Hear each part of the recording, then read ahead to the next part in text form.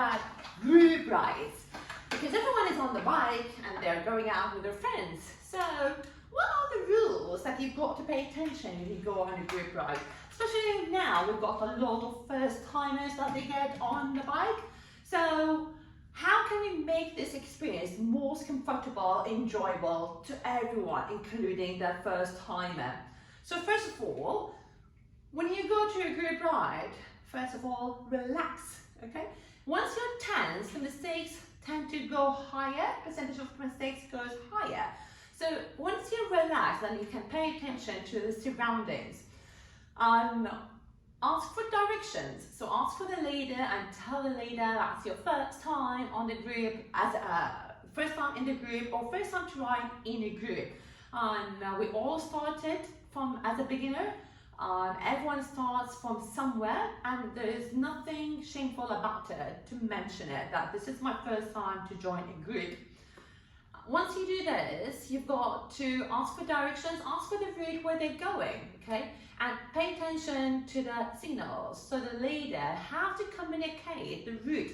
Once they know that they're changing the route and they've got newcomers, don't assume that they know the route. So if you're turning to the right, just turn right.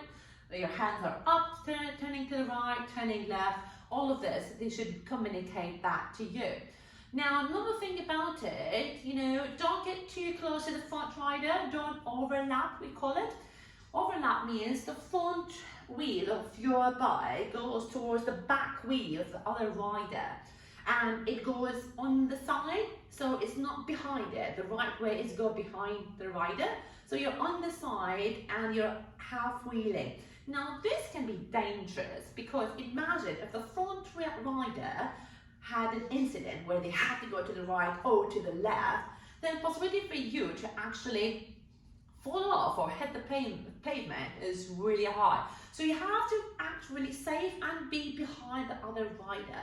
Now, another thing about it, if you're in the front, okay, make sure, even within the group, make sure you're riding next to the rider next to you. How? Look at the shoulder. So your shoulder should be aligned with the other rider.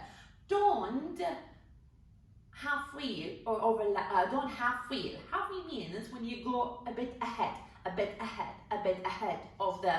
rider next to you, and you are disturbing the balance of the pace. You're disturbing the pace of the group. So every time you're pushing a little bit, and you're not making the other group relax. Remember, it's a group work, so everyone have to be together. So always remember, your shoulder is next to the other rider's shoulder. Now, another thing about it, when you're in a group ride, you've got to have your hands on the brakes, because remember, mistakes do happen. Sometimes there's an obstacle on the road, you've got to maneuver or to slow down. And when you do that, you have to be easy on the brake. Don't go so hard. Another thing that you've got to pay attention is don't look at the wheel only. Look through the group, meaning if you are so focused on the wheel, you're not going to pay attention to what's happening in front of the other rider and what's happening on the road. So the perfect way is not to look down, is to look ahead and knowing that you're keeping a gap between your wheel and the other rider wheel. Always pay attention to the surrounding. Always be alert. If you're getting too tired, your focus will go down. Just make sure you're not too tired. I've seen a lot of mini group rides, and some of them have gone through some mistakes and accidents, and that is the reason. At the end, we're here to have fun and enjoy it. And always remember, you are a cyclist. You have to go with the traffic flow. Do not go against the rules of the road, because if anything happens, it's your mistake, because you're considered as a vehicle. So you have to always be on the right side of the road, unless you're off-road. That's it. I've seen some people, so pay attention to that rule, and hope to see you again. Bye.